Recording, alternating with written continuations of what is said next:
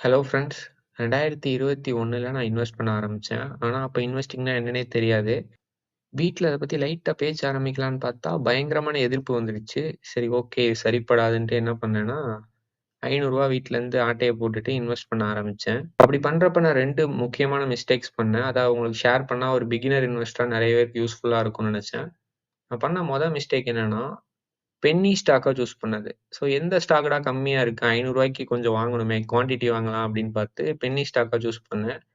அப்படி அந்த காலகட்டத்தில என் கண்ல மாட்டுனது என்னன்னா, பஜாஜ் ஹிந்துஸ்தான் சுகர். ஓகே, அப்ப பஜாஜ் கம்பெனினா ரொம்ப நல்ல கம்பெனி அப்படின்ட்டு ஒரு சில நமக்கு முன்முடிவு இருக்கும்ல, ஒரு பயாஸ் இருக்கும். ஸோ அத வச்சு ப பஜாஜ் ஹிந்துஸ்தான் சுகர் வாங்கியாச்சு. வாங்குனதுக்கப்புறம் பார்த்தா, இந்த கம்பெனி ஏறவும் இல்ல, இறங்கவும் இல்ல. மேல போகுது, கீழ வருது. அதே ரேஞ்சிலே இருந்துச்சு. அதுக்கப்புறம் கொஞ்சம் அனலைஸ் பண்ணி பார்த்தா, இது ஒரு கமாடிட்டி. இதுல பயங்கரமான சைக்கிள்ஸ் இருக்கும் அப்படின்னு சொல்ட்டாங்க. ஸோ என்னடா இது இப்படி ஆயிருச்சேன்ட்டு அ அந்த ஷேர வித்துட்டேன். ஆனா பெரிய லாஸ்லாம் எதுவும் ஆகல. அதுக்கப்புறம் பார்த்தா, YouTubeல சும்மா நெறைய பேர் வீடியோ போட்டுட்டுருந்தாங்க. அப்படிங்கிறப்போ ஆனந்த் ஸ்ரீனிவாசனோட ஒரு சில அவர் ரெக்கமெண்ட் பண்ண ஒரு சில பேங்க்ஸ் வாங்குனேன். அந்த பேங்க்ஸ் ஒரு வகையில நல்லா தான் போயிட்டு இருந்துச்சு. ஆனா, அதே நேரத்தில சைட் வைஸ்ல நானு இன்வெஸ்டிங் பத்தி கொஞ்சம் படிக்க ஆரம்பிச்சேன். இப்படி படிக்க ஆரம்பிச்சப்ப என்ன தெரிஞ்சுச்சுன்னா, ஃபினான்சியல் சர்வீசஸ் ரொம்பவே டஃப்பான பிசினஸ். பேங்கிங் வந்து ரொம்பவே டஃப்பான பிசினஸ். அதுல மிஸ் பண்ணா பயங்கரமான பிரச்சனைகள் வரும்.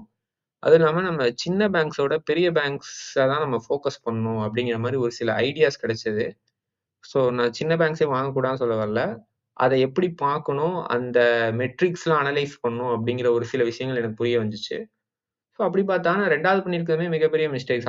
ஒருத்தவங்க சொன்னாங்கன்னு அந்த ஸ்டாக்க வாங்குனது ஒரு மிஸ்டேக். 2வது பென்னி ஸ்டாக் பின்னாடி போனது ஒரு மிஸ்டேக். 3வது குரூப் பயாஸ். ஒரு கம்பெனி அந்த இப்ப டாட்டால உள்ள எல்லா கம்பெனியுமே நல்லாருக்கும். பஜாஜ்ல உள்ள எல்லா கம்பெனியுமே நல்லாருக்கும். அப்படின்ட்டு ஒரு நம்மளா ஒரு பயாஸ் வச்சுக்கிறது.